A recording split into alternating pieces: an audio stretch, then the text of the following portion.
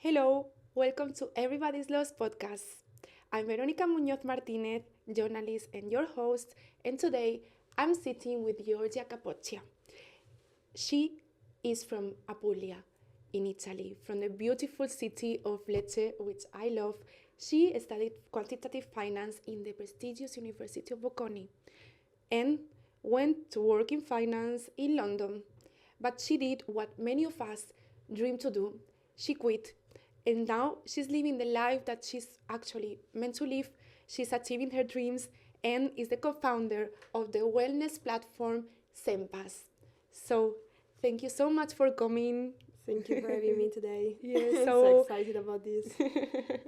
So, we are going to talk in this episode about what it means to live a job, a high paying job, and a really good job behind. So, like, how was that? How was for you to quit your finance job and start into entrepreneurship? What made you do that? Well, it took a few years, to be honest. I think as soon as I started my job, I immediately felt that it was not meant for me. I knew that I wanted to do something a little bit more purposeful in my life. Now, don't get me wrong, like the job was amazing, was paying me very well, but it was not making me happy. I was quite depressed, I would say, for a period. And when I hit that rock bottom where I was feeling I'd rather, like work in the streets or like cleaning than like being here every day. I was literally looking for that freedom and like being outside and doing something that was like really aligned with what I was always in love with. Then exactly when I decided that it was time to leave the job and start something new, which was meant for me. And then it was not an easy decision. I think what made it easy is having kind of like an idea what I wanted to do, and then other sometimes people want to quit their job but they don't really know what they want to do. And I think that in the years just before quitting the job, I immediately fell in love with all the word like wellness and spirituality in a way, and I knew from day zero that whatever I was going to do would have been in that space. So that I think gave me the motivation, knowing what I wanted to do, knowing that there was something more purposeful that I could do, and I did it. Yeah, so when we cover the main topic, that is why you did that. But let's go back to your upbringing in an Italian family. Then you studied in this prestigious University of Bocconi finance, quantitative finance, and I guess that's what you were expected to do, right? To work in finance. How was breaking free from that? Well, I have to say, yeah, I grew up in a very, traditional town. The idea in Italy most of the time is you need to go to like a very good school. Whatever you study is usually what you do for the rest of your life. You start to work, and then from the point on, that job, that first job where you are, is the only job that you do for the rest of your life. So there is not really the flexibility of thinking, okay, I study something because maybe I like it, which was my case personally. I have always been into math and more quantitative stuff, science, and so on. However, I wasn't sure what the job itself would have been like, and I changed a couple of jobs in finance as well to, try different aspects of it. The point is, it was difficult to, on the one side, respect that tradition that is, my Italian culture and my upbringing, but at the same time trying to follow my dream, which was, doing something different that people considered bold as a move to say, I'm gonna go and quit a high-paying job to do something that it's uncertain, which is, at the end of the day, the reality.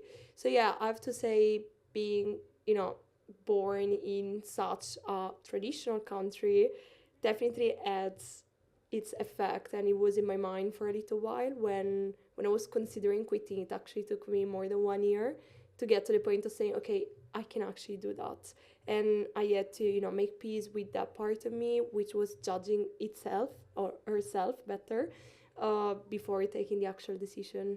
Yeah, where we met before, and you told me there was a striking point in your career in finance that made you think, I can't do this, like something related to your health. What, if you could tell our listeners, what was it? Well, I would say I have been suffering for a period from OCD, that is obsessive compulsive disorder, and I think that this type of disorder starts when you are living a little bit misaligned with who you want to be or you feel that you can be. And for me personally, I was somatizing it a lot, different part of my bodies. It was in my stomach a lot. I had also some, I mean, now I can label them probably mental disorders in a way. It's a word that people are scared to mention because, especially when you come from countries like myself and also yourself, you can imagine that people have lots of stigma around traditional mental disorders and families. It's stuff. like, Yeah, no, exactly. you go to the psychology therapist, you are crazy, or it's gonna be on your record, or this, or what is like, What you are are people just gonna like, think about yes. you at the same Yes, time? when you come from a traditional family, that Yeah. is everything, but also in the times, that's why it's important to talk about this. So you was struggling with that, and I was struggling with that, and I can tell you that I could not find many solutions out there. Traditional psychology or people I was talking to, they didn't really know what to tell me, and I was continuing to somatize all these symptoms, and doctors were saying, oh yeah, it's related actually to the stomach or to the back, to the neck, like because I was very tense all the time. And then I actually ended up in this world of a holistic wellness. yes, I started practicing yoga, breath work, mindfulness, lots of things all together. I mean, I think my game changer was energy healing, that not many people know about, but it's an amazing, spiritual kind of like technique in the holistic space. And I immediately, changed. Everything changed for me. I started feeling like, okay, first of all, there is nothing wrong with me. It's more to do with all these emotions that I keep repressed. For example, my frustration with how I'm living my life, and I think also another key part was seeing all the colleagues around me, older colleagues, doing every day the same exact thing, and I was feeling scared of like ending up exactly like that. I was constantly thinking, what if I end up being 40 years old and still being here doing the same exact things, and things which once again are not meaningful for me. That was the problem. Bad and feeling like crap, basically. You didn't want that for the rest of your life. Exactly. Yeah. That's exactly it. So yeah, I think when you combine all these things together, first of all, exploring this new world of wellness, mindfulness, spirituality, that tells you there is something more to life than just having to work on a job that society considers one of the best jobs that you can land. Then at that point I was like, okay, I want to chase what there is more. I want to know more about that, and especially want the entire world to know that it actually helped me transform my life, passing from being somebody with constant stress and anxiety and OCD disorder to somebody who can actually live their life confidently and in an amazing way. And when I think about the version of me I was when I was working in finance, I don't recognize myself anymore. Like, it's so different, and I'm so glad that I made that choice. Yeah, Absolutely. you are much happier now, and it's true what you say, because you go to a doctor and you say you have this pain or other.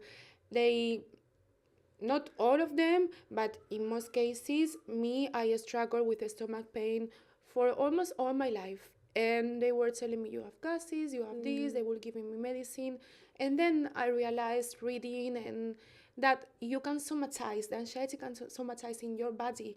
There's this book that is really good. It's called The Body Keeps a Score, that helped me understand many things.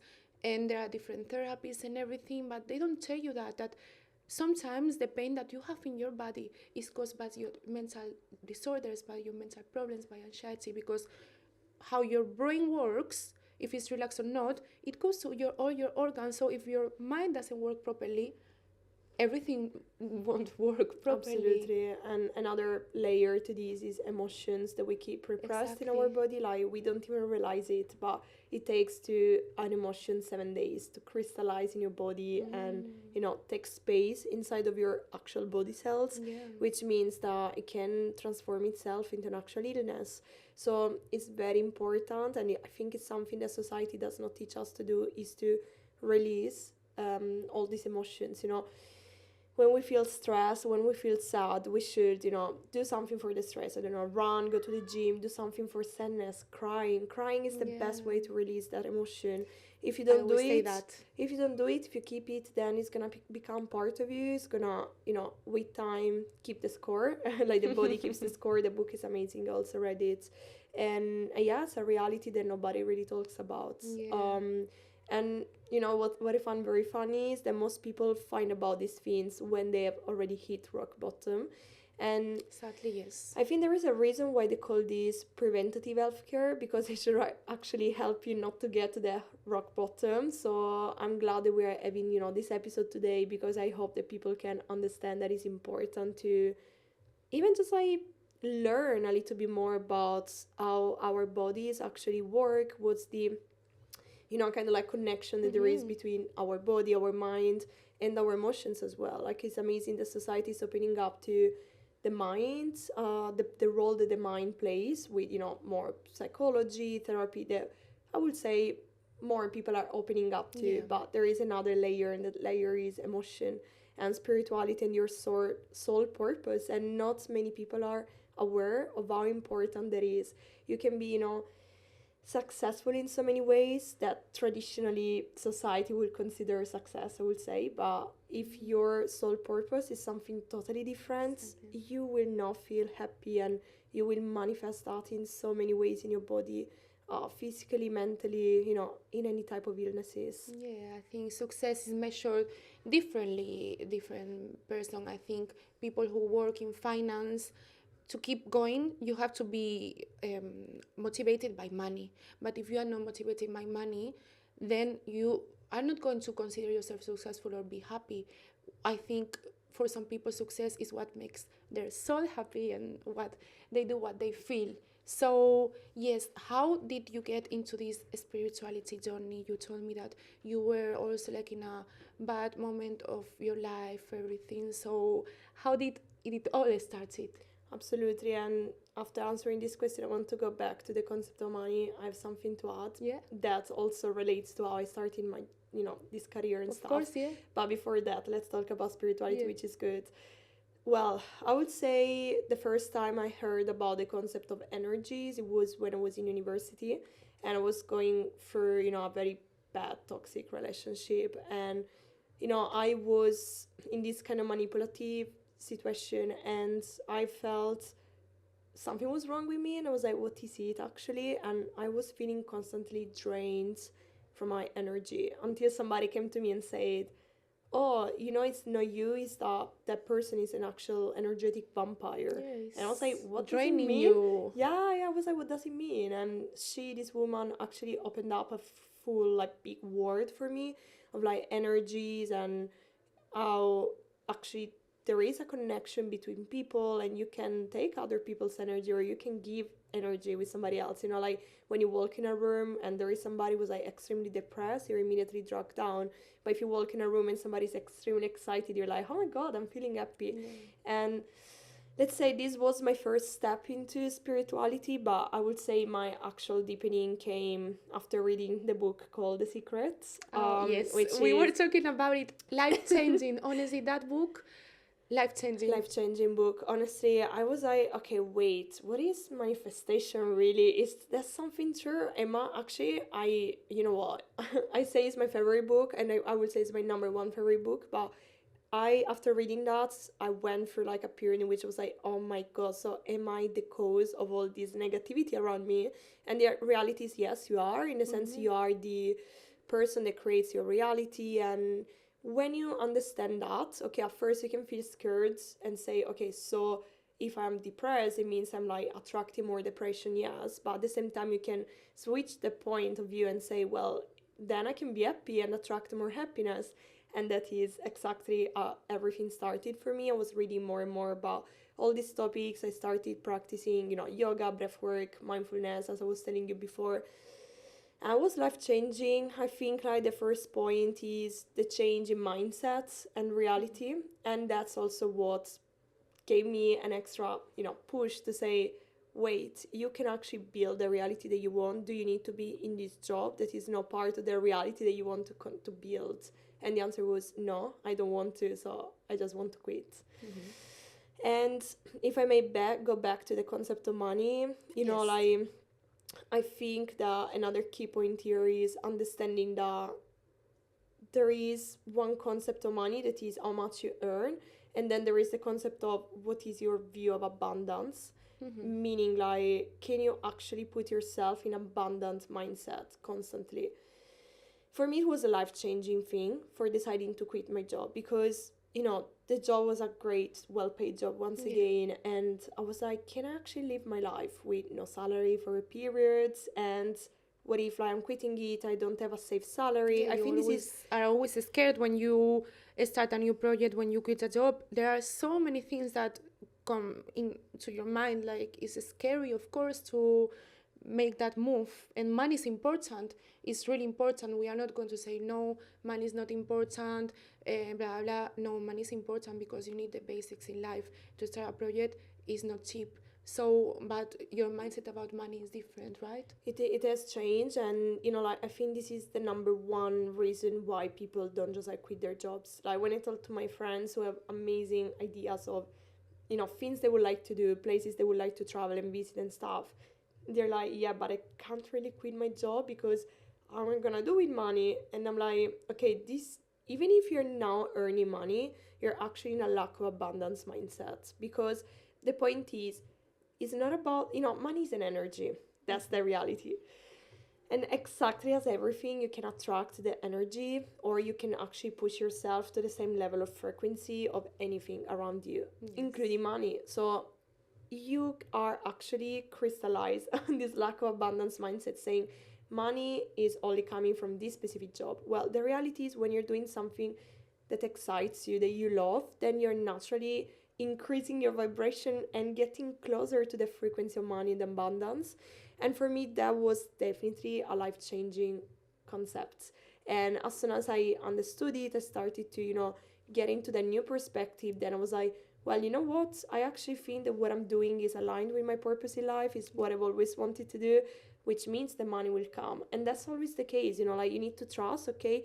Nothing comes easily. It's not that you need a lot of hard work. you need it. Manifestation, for those who haven't read the book The Secret, is about writing down what you want, but in an abundance mindset. So instead of I want this, I want that, and I don't have it, and you know, like, it's like I really crave this thing. No, it's like you already have it. Yeah. So you look at yourself in 3 years, in 5 years, you write a letter to yourself, but it's as if you have already achieved it. So every time you are in this process, basically you vision yourself already there. So it's not like, when am I going to achieve it?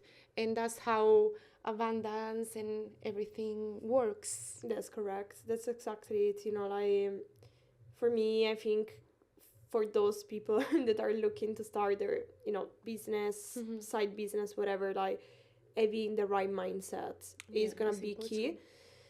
Even more than, like, strategizing and planning, because you can strategize and plan, but if you continue to be stuck in those old, you know, thought patterns of thinking, yeah, but what if this goes bad? What if this happens? You're already not in the right point to start.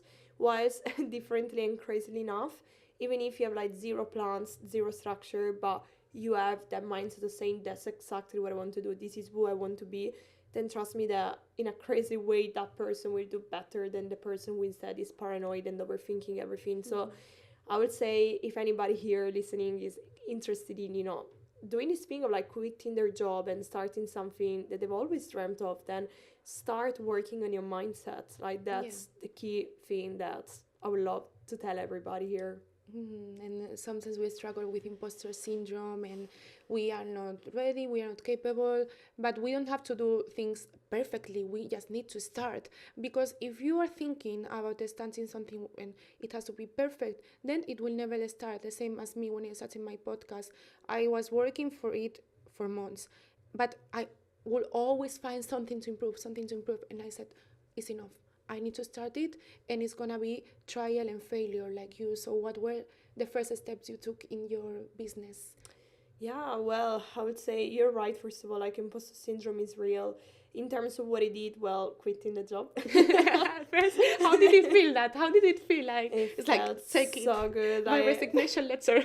Honestly, I still remember the day when I pressed the button like send to the email. I was saying sorry, I'm quitting. You was like shaking. I was so excited. I wasn't even scared at that point. No? I was just like super excited and said I thought enough about that, and that's something I always recommend people doing. Just like think about it. Like, are you ready? Do you have some money aside to survive for the next few months? I mean, that's something clever. You have to be sensible. Yeah, need to be sensible. It's not start your project and do like the whole risk it all. It's not possible, of course. Like you need to have like a safety or something. 100%. It really also depends on where you live. Like if you're okay, maybe you live with your family, then that's different. But if you need to pay a rent and or have a mortgage or have a family, it really depends, of course, on the situation. But in that case, just be sure that you have that cushion to like protect yourself. Otherwise, my first step was quitting my job, and then after that it was making everything into play. Like I mean, to be honest with you, with my co-founders, we had already started strategizing and working a little bit. At the same time, finance and in this platform. It was difficult because like finance is already a very intense job. So it was like me going back home after the office every day and then working until late at night and every day in the weekends, which was very tiring. I can lie, but once again, nothing comes without hard work. Exactly. And at the point when we said, okay, we are actually ready to release the website and stuff, then that's when I said, okay, that's gonna be my first actual step into the business. So it was connecting, like finding people and started learning a little bit more, because to be honest with you, I come from like a finance/business background, but I didn't know everything that I was supposed to know. And that connects again to what you were saying, like nobody's perfect, nobody knows everything, otherwise we will just be perfect. We will not be human. I don't know what we will be, superheroes, I don't know. But the point is, you learn by doing, and that was like the biggest learning thing for me. I didn't know precisely what I was going into and it became like an extremely big learning lesson. At first was difficult to adapt from a very structured kind of work where, in finance, at the end of the day, you have your time to work, you have your projects, and people kind of like define a schedule for you, what to prioritize, what not to prioritize. But in that case, you had to do everything all together, all yourself. And I was the first of my co-founders to go full time. So I also had to do more things at first, which is great. But I remember like the very first few months, they were so stressful, and I was like, okay, let's not forget the purpose here, like the long-term goal. And this is something important, because when you're like there in your day-to-day life of running a business, sometimes it is difficult. Like you need to admit, it's not like in a very stable job where every day is just like the other one. There are days which are like super up and positive days which are a little bit more negative, and you feel like a little bit maybe less positive than usual. But it's okay, it's a roller coaster, it's still super exciting. And the point is just like be aware of what there is at the destination. And for me, that's like the number one thing that motivates me and says, okay, I'm actually doing this because that's my mission. So talking about mission, what's your mission with your platform? What is holistic wellness? Because just our listeners, they might not know what it is. Absolutely, it's a great question, and most people don't know about that. Yes. And like it's funny enough that like people still associate wellness to beauty and fashion, which is something that can be related when you talk about holistic. Yeah, fitness, but the actual, if you should define what holistic wellness mean, is really like the well-being, taking care of your well-being from different aspects. It's the physical aspects, so for example, fitness, movement, the mental aspects, so mental health and everything we were talking about before, emotional aspect, spiritual aspect, also monetary aspect, every different aspect of your well-being. So it's more like an approach where sometimes it's less traditional, because as I was mentioning before, here we talk a lot about preventative healthcare rather than the traditional medicine. Before you get really ill, really sick with depression, with anxiety, and with all these health problems that come from our mind, from being so stressed and everything. Before that you need to take the steps to prevent it. Yeah. So what can we find in your platform? Yeah, absolutely. So there are different practices, I would say, that can be considered holistic practices. And once again, they can be a little bit more physical, like yoga, mindful movements, fitness itself. It can also Pilates, this type of exercises, or it can be more spiritual, like breath work, sound healing, meditation, mindfulness. These are all amazing practices, and for some people, some of them work better than others. So it's also a matter of like finding what works for you. Like there is this concept now of like wellness burnout. Like people say, okay, I need absolutely to do journaling, to do this, to do that, to meditate every morning. Then in the evening, Wake you have up to at do 5 yoga. a.m. Oh, this trend, this TikTok. Wake up at 5 a.m. and then cold plunge and then this and then that and this. And it doesn't work the same for everyone. There are some also like is your in DNA also that it depends. We are meant to do different. So there's not like a single formula to be productive or to know. Like for some people it doesn't work, and for women doesn't work waking up so early because of our cortisol levels and things like that. So yeah, in your platform you also tailor it as well. Absolutely. The point is, this type of wellness is extremely individualized and personalized. So that's the difference with traditional medicine, where there is a one solution for everybody, but it's not like that. Like everybody needs a different type of treatment or of solution. So it's important to be in tune with your body, understand what you need, because you are the person who has the power to say, I actually need this, I need that.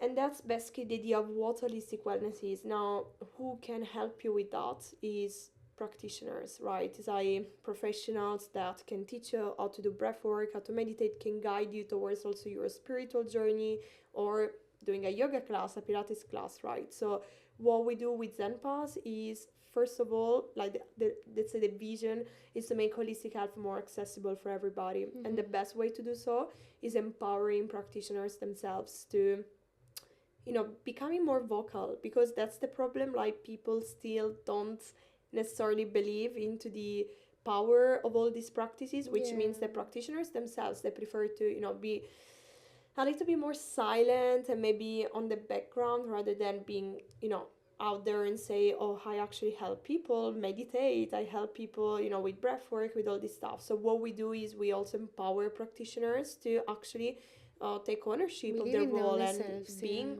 actual business owners.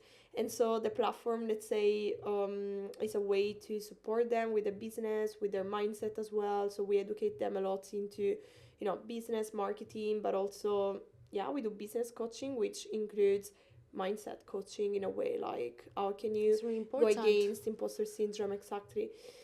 And the best part about the business is we have an amazing community. We organize a lot of events which are wellness that's related. how I discovered you, because one girl, I think she was like doing also these therapies, empowering women, and then I saw that she hosted on Sempass, and then I follow Sempass, and I started this podcast and I follow who is the founder, let's see, and I found you, and I think it's an amazing cause. I saw like this woman getting together and giving great feedback. I think is this kind of events, holistic wellness or whatever, that it helps you, is not only the practice itself, it's the community you build with like-minded people who want to improve their lives. The opposite of maybe when you was working in finance, that was competitive. It is super different, and like it's surprising how we teach this to practitioners every day. The key for success, even for them, for like their events and stuff, is always building a community. The reason is, I mentioned how these practices are individualized and personalized, but there is something in knowing that you're not the only one on this path and this journey. Exactly. So yes, it's an individual journey, but you need to have like a community, a group of peers that can actually understand you and also share what's happening with their journeys. They are actual adventures that you take with yourself, right? You're discovering hidden parts of yourself. I don't know, just I learned that there is something more into life than just what surrounds us. And the best way to do that is when you have like a group of friends, a group of peers that you can actually relate to. So the power community in the wellness space is the key. I continue to say that, and I always invite people to, build communities when there's something to share. Yeah. And you mentioned women's circles. Those are amazing spaces to go to. I've been to a few myself, and seeing also women supporting each other, giving tips and advice based on what happened in their life, makes you feel less lonely and say, okay, wait, it's not just me. Yeah. And I can be vulnerable and share it, and people don't judge me. What is this about? This is also it's a one safe type. Space. This is one type, and it's not just women, it's also men. Well, wellness is well known to be more women driven. Yeah, it should be more open, to be honest. I say like this because I saw women, but it should be more open, that holistic wellness and this kind of spirituality and yoga and everything should, like, more men should do it as well. But actually, I'm a lot of my friends who are men, they are starting to do more like yoga, Bikram yoga they do, because it's like more fast paced. They are starting to realize the importance of this kind of wellness. Absolutely. And I can tell you, first of all, there are more and more men's circles where, what's the difference? The difference is that type of experience needs to be sold around how you can be more confident and powerful, and if you actually let go of your repressed emotions, you can come out as more, even more grounded as a man. And this way of selling it is actually working to have more and more men actually explore themselves. And I think that's good for the society.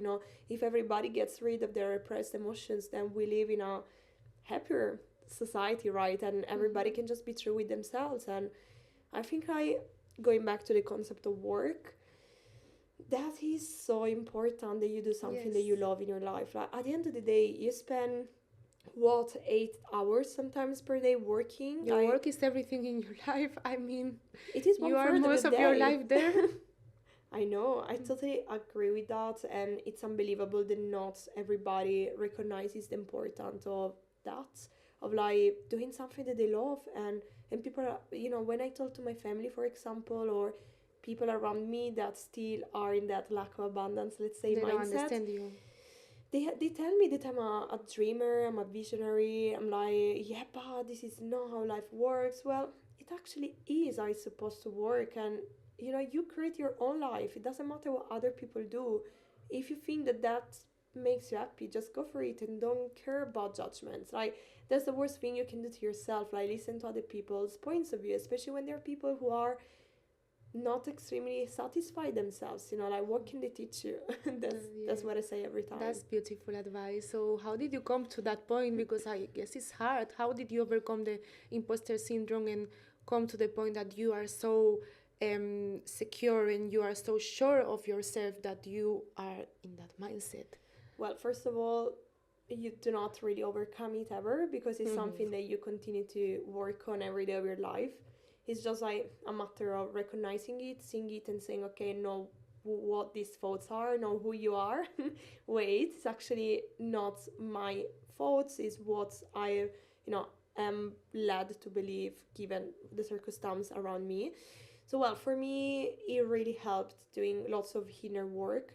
They call it shadow work as well. Yeah. So some people are aware of this term, others not, but it means, trying to get in touch with your hidden dark parts and let it be open. Like, that's part of you. It's good. We don't need to just be good all the time. We can also be selfish, but not selfish in a bad way. It's like self-lovers, taking care of ourselves sometimes. And by doing all the work, well, I actually boosted my confidence, and also taking the leap actually boosted my confidence as well, because I was like, wow, oh my I God, can do this. Like, I'm doing this. Yeah. What is happening here? It's like, okay. and then like, I think when you start your business, you start realizing that people don't really know everything as you imagine when you're not there. Like, for me, it was like a life-changing moment, realizing, wait, actually that person that I thought that knew all the answers is actually improvising every time and trying to guess what's the best choice. Like, I see many people, and then I realize, like, nobody knows what they are doing. They are just, it's like trying and failing, and let's go. Like, sometimes we admire people and we don't know what goes on in their everyday life, how much do they know. So we don't, also that is really important, we don't have to compare ourselves with others just because they are more successful. Success has different meanings, but we are in our own journey. You are in your own journey building this platform as well. Absolutely, absolutely, and that's why, like, it's once again out to reframe everything. Like, for me, failure was my biggest fear. Yes. I was always scared of, like, disappointing people, disappointing myself, not being able to accomplish whatever I was trying to. And then I just reframed that, and now when I think of failure, I think of it as a teaching, a learning lesson, Exactly. let's say. And I only consider failure the moment when you give up. That for me is when you fail, is just when you give up. But otherwise, you just learn. You have to can keep always going. start over, And failures teach you more than success, because from failures you learn a lot.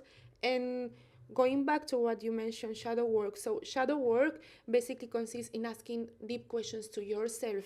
So when you fail, for example, what is this teaching me? Instead of, oh, I failed and blaming on yourself. No, you have to ask deep question, or why am I afraid of failing? Is because maybe when I was little, every time I failed, I was punished, or like it's a way to feel approval from society if I'm successful. That's so, yeah, explain us like how shadow work has helped you as well building your business. Absolutely, and like, for me, it's been very, very important, and it's done way more than years of therapy, because when you're put in front of the actual situation, like, for example, let's say for me, it's always been lack of confidence, which I think is something that lots of women suffer from, especially Imposter syndrome. especially people who have been through abusive relationships. And this can be also like with their family, with their friends, not necessarily with romantic partners. But the point is, for me, I was going through certain cycles. Often I was doing something, and then that thing did not immediately bring results. I was very impatient, and then I was like frustrated. I was like, oh, you see, you're not capable of doing that. Why are you doing this? And Our asking worst these enemies questions, are ourselves. That little voice in our Definitely. head is the worst. It Like, is. we say things like, would you say that to your worst enemy? And I always say this, I think I said it in another episode, no. So then why you say it? You need to physically remove that thought of your head and change it for positive 100%. ones. 100%. This is like doing shadow working in the sense, like, meeting, like, literally in front of you, as if it's a person, your worst fears and your worst dark judgments, and things you're scared of or you're ashamed of. Then it allows you to actually see them as concrete aspects in front of you, and say, okay, thank you, you served me well up to now. Like, you helped me protect myself against lots of things that happen in my life and stuff, Yeah. but now I don't need you, and now I see you for what you are. You're just like a thought, and I want you to go and leave me alone. And I mean, this sounds super easy. It's not. You do shadow work, I think, for the rest of your life. It's, for me, it really helped journaling very much. It was like, how I see journaling is a way to tap into your creative flow. Yes. For some people, it is dancing. It helps me sometimes, when I'm sad and I'm like stuck and scared. I'm just like, okay, let me move. Let me actually just move, put some music that I really like and move. For people, You're in touch with your body, like that's what you said, like you feel your body moving. yeah, absolutely. I mean, I'm a super big fan of all things like ecstatic dance, like mindful movement, all of that. But the point is, you need to find your way of actually tapping into that, negativity, sadness, depression, and say, okay, I see you, and now I ask you to go, because I actually have control over you. You're just a thought produced from my brain, but you're not part of my soul, part of me. So that's very important, and I do suggest everybody to look into shadow working, to find expert people that can help you actually work with yourself. And the point is, when you are put into an actual situation, like, for example, running a business actually puts you, it's like a mirror where you can see all of your worst fears, because you like, in order for the business to be successful, you need to work on those. And starting a business, honestly, is opening up something inside and say, okay, fears, you can go out now. And then you find everything you've always been scared of, and then that's when you need to do some proper work, because I always say the business is you. It's a reflection of who you are. So if you're not at your Yeah. optimum energy level or positivity, then the business is gonna reflect that, Yeah. especially if you're a solo founder, solo business owner.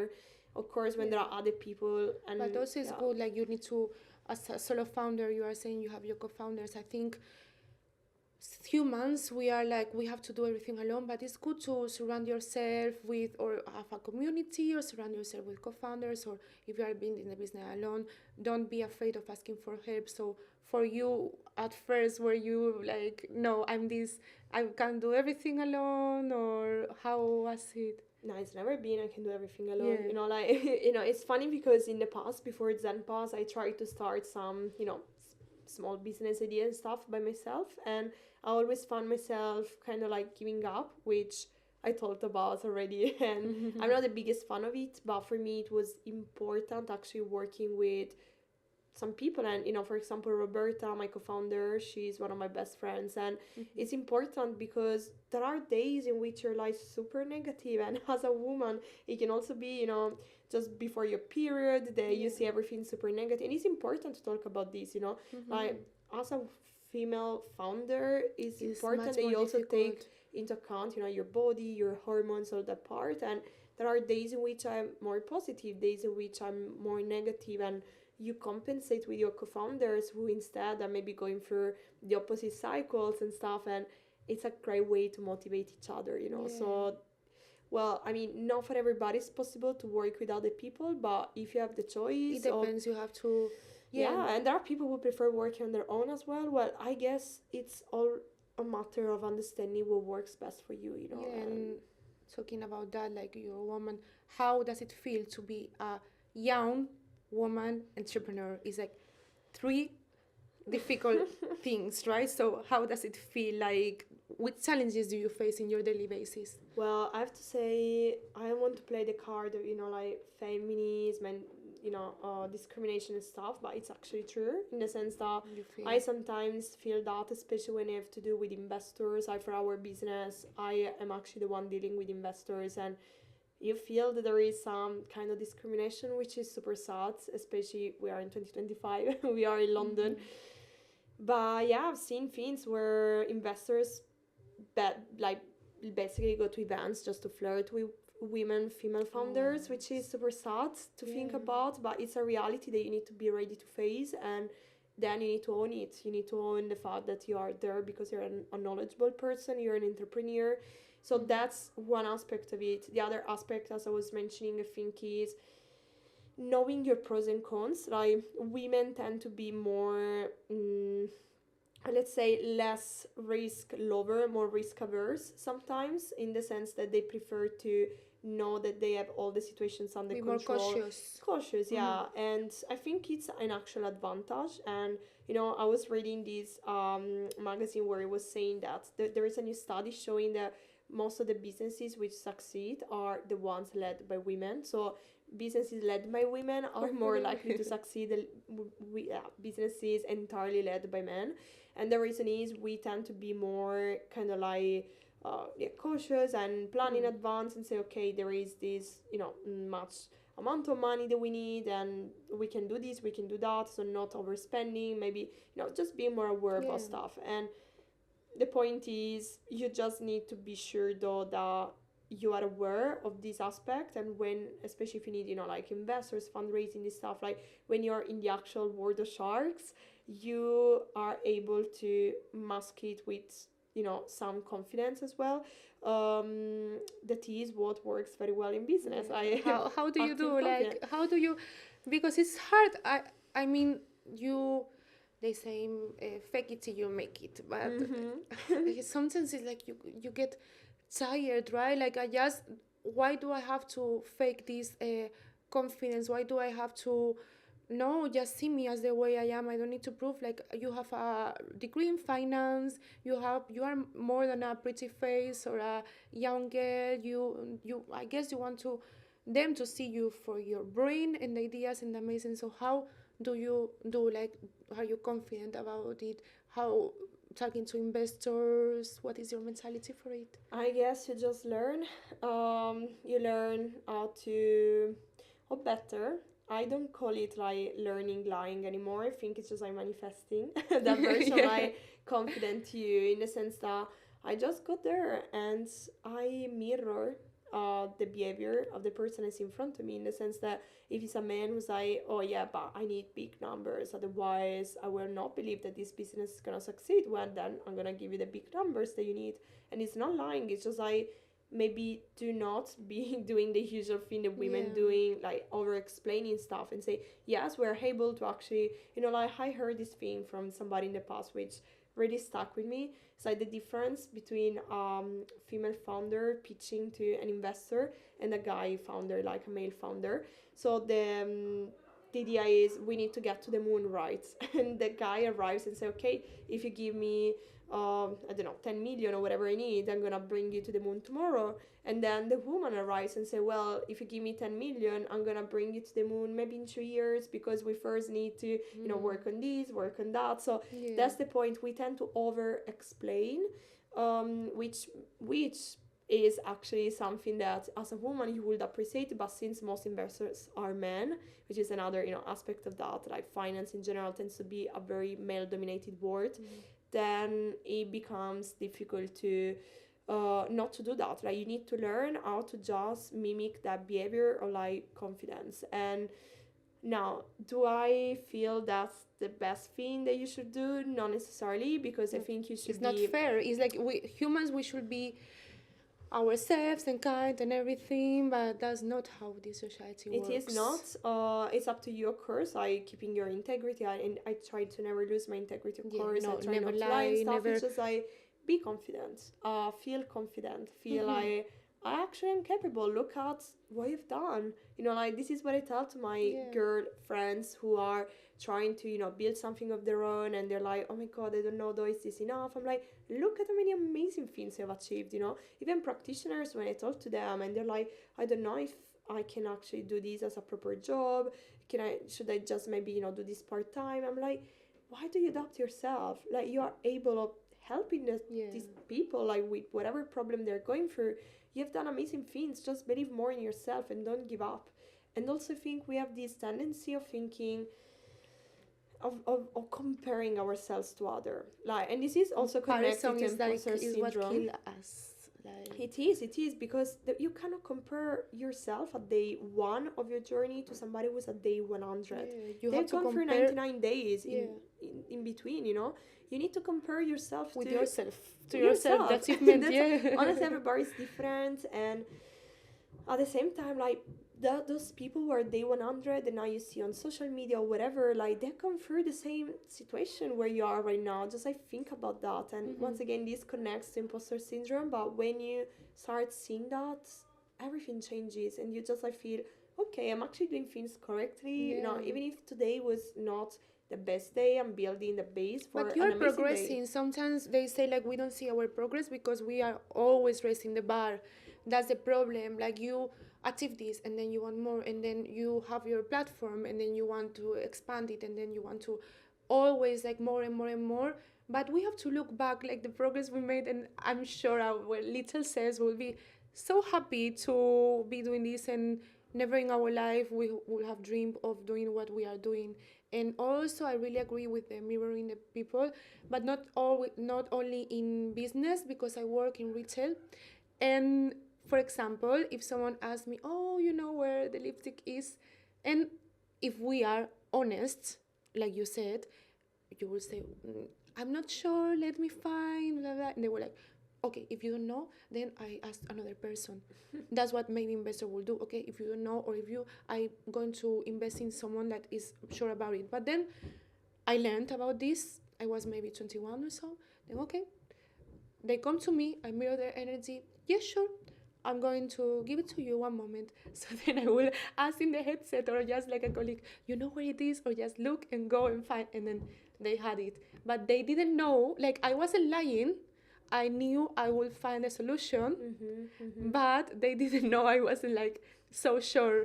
It's the problem, like if people, they see you weak, they find like they will try to even take advantage of the quickness. 100%, 100%. And you know, like, it's difficult when you're somebody very empathetic, sensitive as a person, you know, like kind. It can be difficult for you to actually play this, you know, hard game of sounding confident even when you are not and stuff. But I can tell you it's just a matter of, first of all, survival. If you want to survive, like, I mean, let's be honest, if you want to have a business, you need to be confident, you need to Yes. act like you are. And secondly, yeah, it's a matter of learning. It will not happen at day zero. You will start your business and say, okay, now I'm starting my business. Where is my confidence? Well, it's not there. Day zero, like, it's You gonna might, come. it comes. No, you know, like, I hear this a lot. I hear this a lot, like, especially with my practitioners and stuff, like practitioners working for us, with us better. You know, they come and they say, okay, I've done it. I quit my job. So now why don't I have clients? Well, it's not like this. Yeah. Doesn't work like this. Yeah, because you work also in your own platform. You also work as a business consultant for these practitioners. So, what is your go-to advice you give to them? What is the goal? Go-to advice. Go to advice. Well, I always say, first of all, know who you want to work with, and what you want to offer them. Because some people, you know, they are not clear. Like, they're like, oh yeah, I have this vision of being the best, I don't know, yoga teacher and stuff, amazing. But to start with, what is the first step? Like, what's the first thing you want to offer?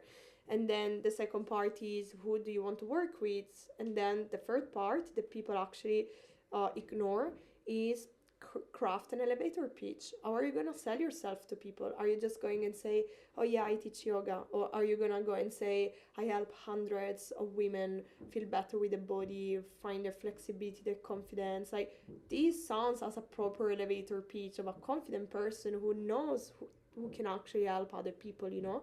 So these are some type of tips that I always give them in terms of, like, you know, being clear on the vision, know who you're working with, and then know your worth and actually be able to communicate that. And that comes verbally, that comes through your social media, any type of content, blog, whatever you do, you know, this needs to be out there. Like, you need to feel confident and make this, you know, make people understand that you actually are. So yeah, these are some of the things we talk about. What are the main failures? Because it's not only the advice or what they need to do, but I think, as we were mentioning before, you learn more from failures. So what are the main failures of these practitioners, which is not bad, but so other people can learn? Well, can be very different things. Can be going to an event that you organize or a retreat or something like that, and there is only one person showing up. It can be, you know, maybe deciding to rent a room, rent a studio, and then ending up, you know, not being able to cover your cost for the first few months. Well, these are no failures. For example, when something like this happens during an event and stuff, I always say, what is it teaching you? Like, for example, was it a good day? Did you price it correctly? Were you advertising it in the right way? What can you do next time? Can you maybe start before, or, you know, change date, change space, you know, these kind of things. And regarding instead, you know, other things, for example, like not having enough money to cover costs that they have, well, you learn that probably next time you need to, like, rent a different type of space, or you need to start teaching online, you know, like these kind of things. Everything can teach you how to change whatever you're doing, how to become a little bit more versatile, because also being working in a business means you need to be adaptive, like you need to be versatile, be able to change things easily and quickly. Yeah, and well, also we are talking about business, how to start, about confidence, but now businesses are changing, and social media marketing is really important. So, do you think maybe because they are practitioners and they are holistic wellness practitioners, they can be really good, but as a business owner, you have to adapt to innovations.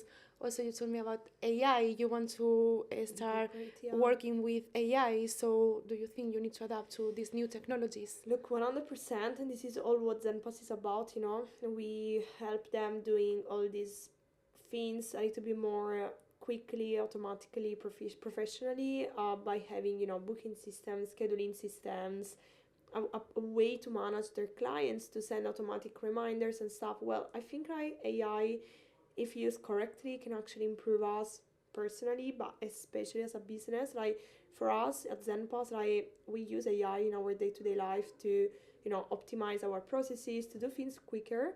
I always tell practitioners do that, and some people are less open to the idea of using AI, but Yeah. I think it's just because it's something very new. Other people are finding it extremely beneficial to use, which is good because at the end of the day, you need to be, the creative person, and then you can use AI to bring that creative flow into practice. Or organize, or for organization. For me Yeah, as a creative, it's really good for organization and absolutely. give ideas. Or me, I'm a creative, I'm a journalist. Don't ask me about Excel or numbers, or I mean I can do, but I don't know. So that it puts like, I give them the ideas I have or the topics, and then it puts into Excel. Or, well, many things. AI can be a great tool. So how are you benefiting from it? What would you like to work with AI? Absolutely, like we use it similar things like reviewing, numbers, understanding whether we are performing well. It's also good to facilitate market research sometimes. The other stuff is, well, I would say if you're a business owner who's not native of English language, Yeah. then it can also help you, refine things, Copywriting. copywriting this stuff. Definitely. So this is, I would say, this is how we're using that. It can also help you in some sales processes sometimes, like making things quicker, finding information more quickly than a human being will do. Yeah. So there are different ways in businesses, and I think this could be like an episode of a podcast per se. I actually recorded one about Yeah. that Oh, in the really? past, yeah. Okay. So they can listen if you like. I'm sure you like this amazing guest. You can listen more of her. No, yeah, but in general, like, I think AI can help you a lot, and yes, we're actually looking into, improving ZenPass even further by giving tips Mhm. for AI, and this can be just like personalized recommendations to people.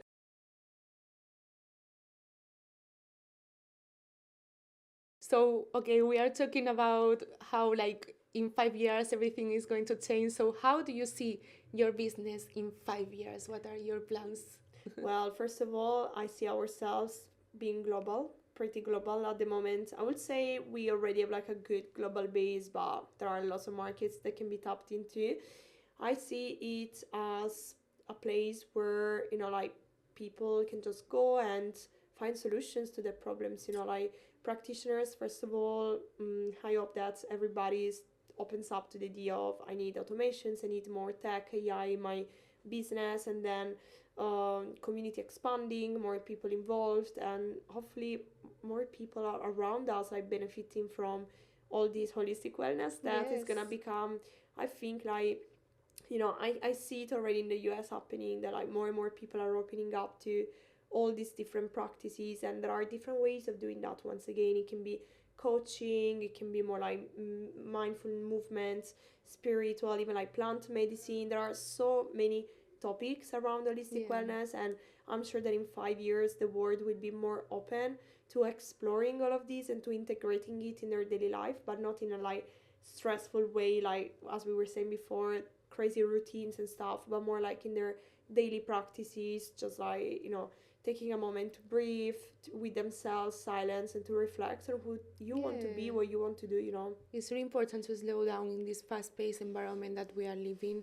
It's not only the job. You can have maybe a job that doesn't give you much stress, but we are constantly in, like, in the phones, like that is giving you stress already because you are scrolling, and one like thing, another, like we don't realize how damaging that is. So to have just a moment to do like some breathing work, pilates or yoga, or some kind of activity that takes you out of all of that, is just amazing. I think you are doing great, honestly. Like, you're also, that's why you are motivated, because your business is not only about numbers or about creating like this amazing platform, but you are helping others, and that's something that everyone should achieve, like do something with a purpose. So what would you advise to everyone who is feeling lost at this time, whether it's in their business, their career, they want to quit? What would you advise them?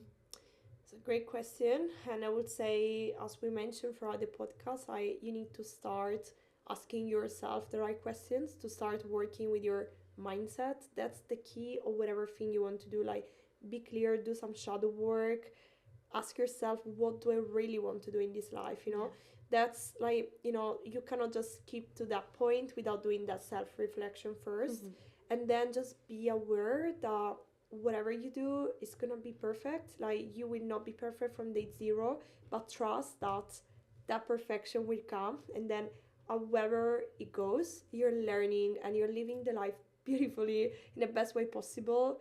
Like, it's, you know, our life is short and we really need to take advantage of every single moment. Life can be beautiful, and it is beautiful when you do something you love. Yeah, I hope they listen to you because, well, you are like, they can see what you did and that you are happy and that you overcame many things and how your experience can help them. So thank you so much for coming to the Thank you podcast. for inviting me. Honestly, like, we met before and I was so impressed by everything she told me, and now even more. So yeah, let us know your social media where people can find you and also your business. Absolutely. So people can find ZenPass on Instagram.